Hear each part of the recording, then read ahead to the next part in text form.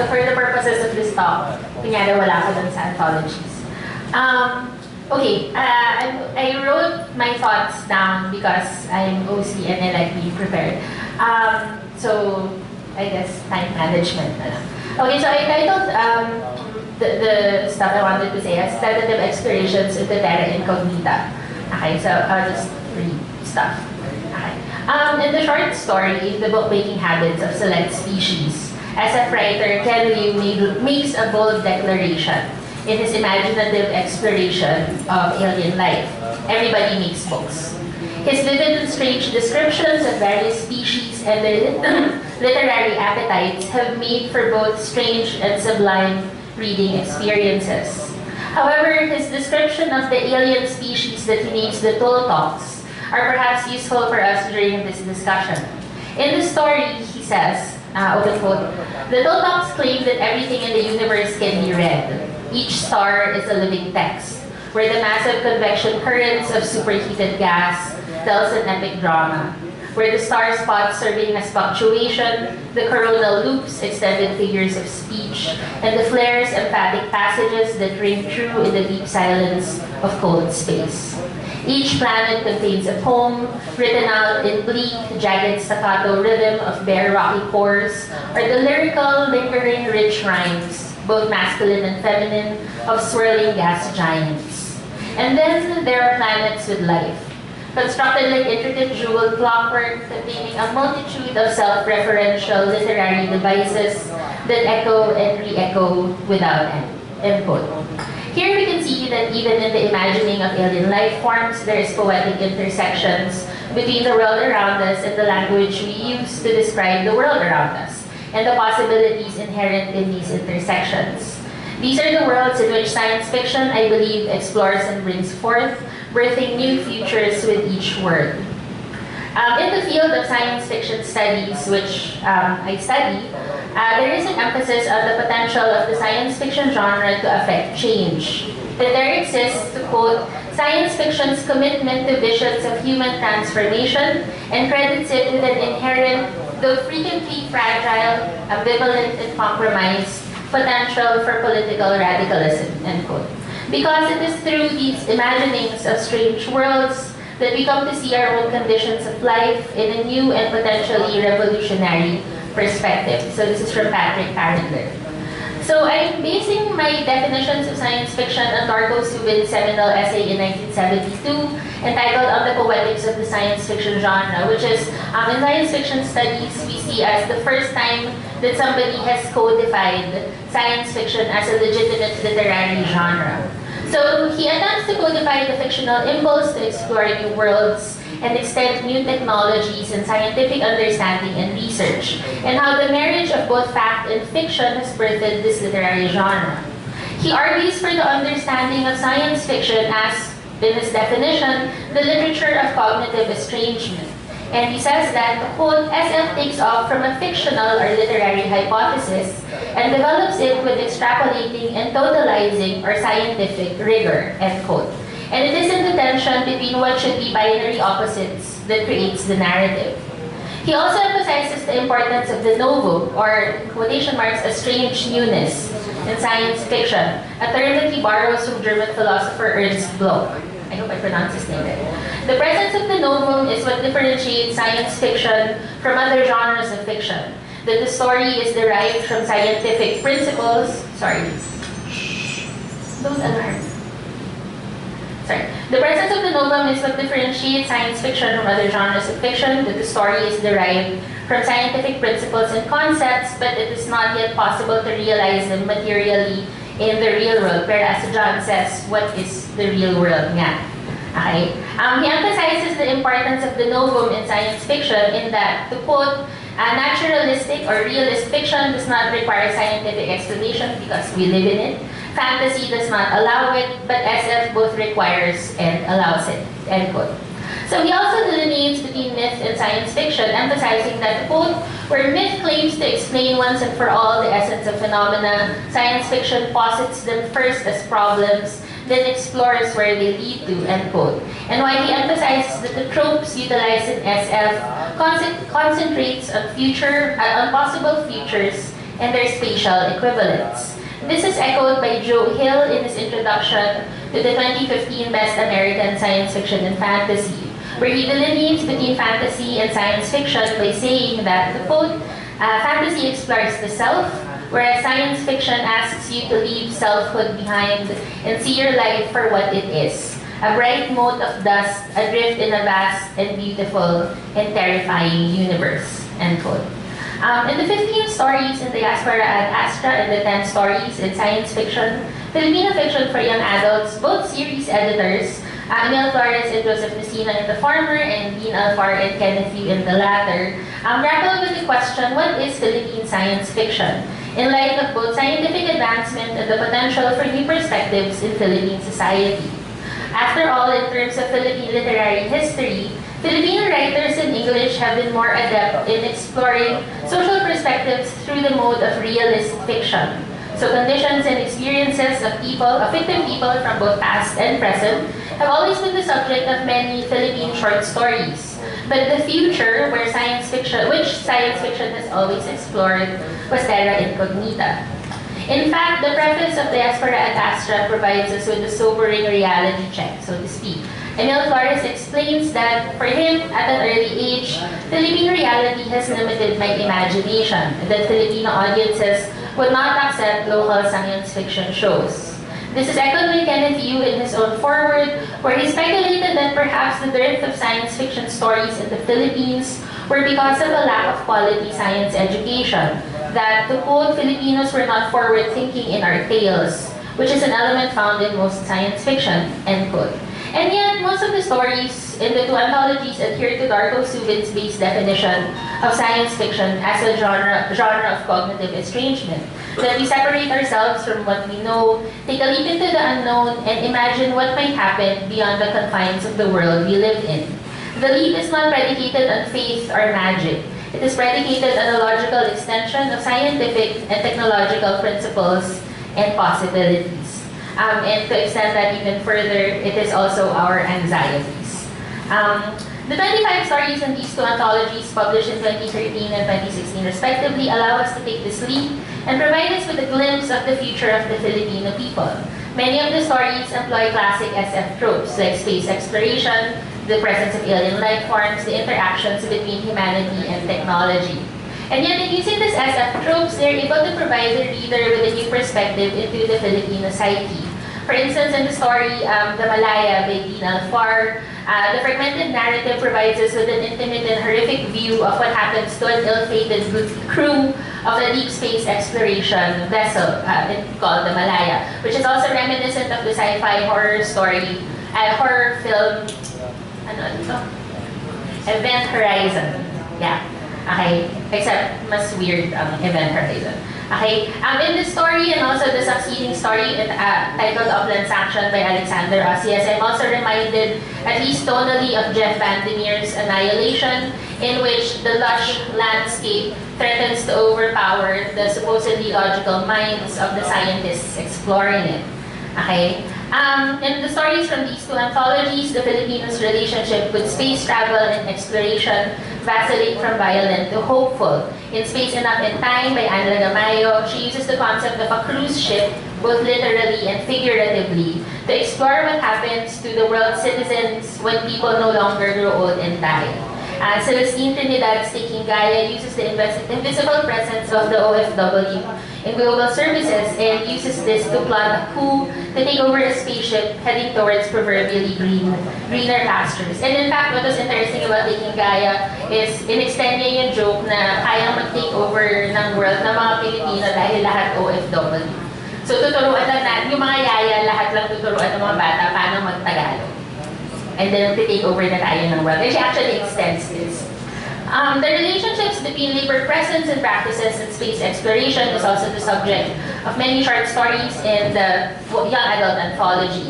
In Jeepney Blues by Kim Sarabia, the disparity between the poverty of living on a ravaged Earth and the imagined opulence of life off-world is a clear analogy of the reality many Filipinos are experiencing now. Similarly, in Eliza Victoria's fortitude, the Filipino is always stuck on the old earth, always looking up at the sky, at the new world that is forever out of reach, that is imagined to be beautiful and better than what one has now. In both The Ceres Girl by Lohan Umali and Infinite Degrees of Freedom by Victor Ocampo, the fraught relationships between parents and children are made even more complex and complicated by their physical and emotional distance from each other. Outer space for the Filipino imagination has always been entangled with economics and labor. Even in one of the earliest Philippine SF stories, the fantastic The Apollo Centennial by Gregorio Brillantes, the disparity between the provincial poverty of the Philippines and the retro-futuristic depiction of the successes and excesses of the US space race has always been clear. It is difficult to imagine for a lot of these stories that there is a utopic attitude when we say space is the final frontier, okay, in humanity's constant exploration of the world beyond the stars. However, it is probably easier to imagine that on board the USS Enterprise, there are probably a lot of Filipinos around, just always off-frame, behind another panel, cleaning stuff up while your protagonists are off saving the galaxy. Okay? Another...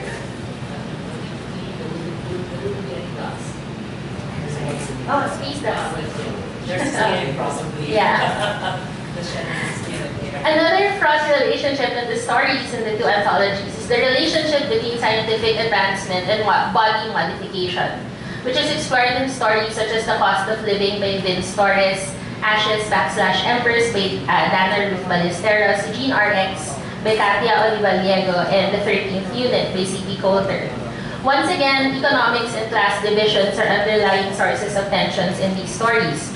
Where does one get the money to fund costly medical treatments? What happens to the human body when it is modified beyond its natural capabilities? And how do we continue living in the face of such mundane adversities? All four characters in the four stories also begin in places of powerlessness. For instance, in The Cost of Living, the protagonist, Dave, has a relationship niya with the medical company BioRegain, who offers to resurrect his dead wife, is eerily similar to the many pyramid schemes that have proliferated across the Philippines. Magbayad ka muna bago namin buhayin yung asawa mo. Okay.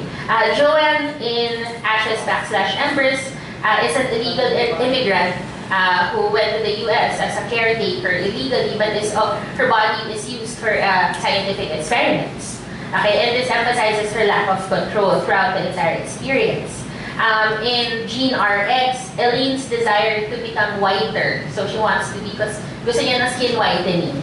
Okay, and to be cosmetically more attractive reminds us of how Bello and her ilk have pushed all sorts of quote-unquote natural and chemical whitening agents on an unsuspecting female populace. And finally, in the 13th unit, Ignacio's investigator Ignacio's position as the last investigator into the mutations of people who were exposed to an unnatural radiation reflects the fear of the unknown.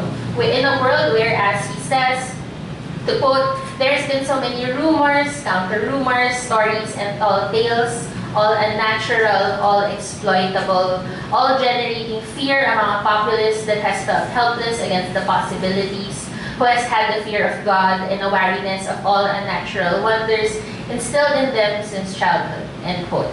Once again, scientific exploration walks hand in hand with an exploration of the Filipinos' cultural and social fears, which runs anathema to general science fiction history, where science fiction walks hand in hand with utopia, where we dream of a better place. And yet here in both anthologies, they do not dream of better places, they dream of fear. Nakakatakot ang scientific advancement. Okay? Even technology and technological innovation are not exempt from these kinds of explorations. The advancement in technology are given new life in imagined worlds. In many of the science fiction stories in both collections, the concept of the Filipino family is always intertwined with the concept of technological advancement. And here the tension lies between intrinsic Filipino values of filial piety and loyalty, and they are tested when juxtaposed with future-forward technology. For instance, in Ina Dolores' Last Stand by Raymond P. Reyes, the matriarch of a family decides to stay on a power-down generational ship while her family moves forward and becomes part of a new human colony off-world dahil ayaw niyang magbago. Okay. In Carl Joe Javier's The Day the Sex Bomb Dancers Invaded Our Brains, the generational ship trope is once again used to provide a biting satire against Philippine society and its refusal to move forward from petty bickering and politics, its inherent suspicion of anything resembling intelligent thought. And even in Rizal, again by Eliza Victoria, the price of success is the disruption of families like the protagonist Iliena's, whose drug-addled mother has disappeared under suspicious circumstances and government fictions, and sounds more like our reality now. In both the Romeo Robot and Surrogate, which was discussed previously, the line between technology and humanity has become increasingly blurred as robots are substituted for flesh and blood counterparts, providing a new way for the Filipino reader to grapple what it means to be human and to maintain human connections in an increasingly replaceable world. Even Love and Longing, the foundations upon which many of the oldest stories in the world are built upon, is given a new lease on life with an exploration of its relationship with the advancements again in science and technology. The body's desire to consume and its interactions with the technology that allows it to do so is explored in Robots and a Slice of Pizza, while Nicky Alfar's The Incipient End of the World, The Last Days of Humanity During an Alien Visitation, is given a humorous spin in which all stakes are removed, including that of a young girl confessing her affections to her classmates. Similarly, Raven Guerrero's Lucky, First Love blooms beneath the unearthly light of invading alien forces. In Moon Eater by Kate Osias, an extraterrestrial first date beyond the protected biosphere of the planet is interrupted by the arrival of an ancient monster. While I said I wouldn't do it, but well, in my story, Erase. The potential of a first date is literally and figuratively erased by the protagonist, who preferred to live in the cavernous fictions of his digital world rather than grapple with the grim reality that surrounded him. And yet, despite these complexities, it is always easy to dismiss the genre of science fiction as niche, as a cult thing, especially when one looks at the popular stereotype of the science fiction writer, who is usually Caucasian, male, and imagining worlds beyond the one he lives in while subsisting on fast food and typing his stories in his parents' basement. And yet, the impact of science fiction to both cultural and scientific growth is staggering. From the first explorations of the genre in novels such as Mary Shelley's Frankenstein, Jules Verne's 10,000 Leagues Under the Sea, and H.G. Wells' War of the Worlds, to contemporary SF explorations such as Becky Chambers' A Long Way to a Small Angry Planet, Cixin Liu's The Three-Body Problem, and Bindi by the Lady of Okorafor, who writes Afrofuturism. Science fiction has always been used to explore the human condition when placed under strange and alien conditions. And if we take into account the long reach of SF film and television, such as Star Trek and Battlestar Galactica, we can easily argue that human imagination and scientific innovation go hand in hand. The possibility of power is present in these interactions between fact and fiction. As Jason Eric Lundberg points out, speculative fiction has power. To quote, repressive governments around the world have at one time or another banned it from being read or written, for the simple fact that it allows for the possibility of other realities of better worlds, end quote. And in a way, Philippine SF is no different from these stories. It attempts to show us the future of our hopes and fears, horrors and humanity of the Filipino people. In destabilizing our reality, these stories attempt to show us another one, to emphasize what has been subdued and to highlight what has been denied. And while I think that Philippine SF is still in its infancy, there is no denying that the desire to explore is there. And that the short story tradition may be the best form for it for the moment, as it has been for science fiction in the United States and the United Kingdom, where the science fiction genre grew and morphed between the pages of magazines such as Amazing Stories and Astounding Science Fiction during the golden and silver age of SF, before branching out into the novel. We have already begun to explore these possibilities through our fiction, though the end products are few and far between. For instance, the out-of-print Project Paway by Jose T.C. Añoso was published in 1995, and this was hailed as the first and still only Philippine cyberpunk novel. Project 17 by Eliza Victoria is perhaps one of the first sci-fi thrillers in the Philippines, and this was published in 2013. In between, the brief existence of the future fiction category in the Palancas allowed SF to shine like a burning star before winking out of existence. And as always, there is still room for improvement, including better communication and exploration between the scientific and literary communities in this country, acceptance and inclusion of the genre in mainstream literary and writing institutions, and revising our attitudes and prejudices against the perceptions of insurmountable differences and the separation of scientific and creative endeavors. In the end, it is my understanding that there might exist a pervading thought that there is a binary dividing science and the arts. That science and technology allows the human race to progress towards the future, while science fiction allows us to imagine that future in the first place. And yet, they are not really binary opposites. The divide between the science and the humanities are, to my mind, just an imagined one. After all, it is not surprising that the word technology echoes the Greek word techne, which refers to art or craft, the ability to work with one's hands, to make abstract knowledge or episteme concrete, to make and to do. We will always try and make tangible what we can speculate, and there will always be tension in interpreting the work of the mind into the work of the hands, and to painstakingly build what was only previously imagined. And yet, both science practitioners and science fiction writers do this, building worlds and the possibility of these worlds, bit by bit, idea by idea, word by word. Thank you. Thank you very much, Professor Lee.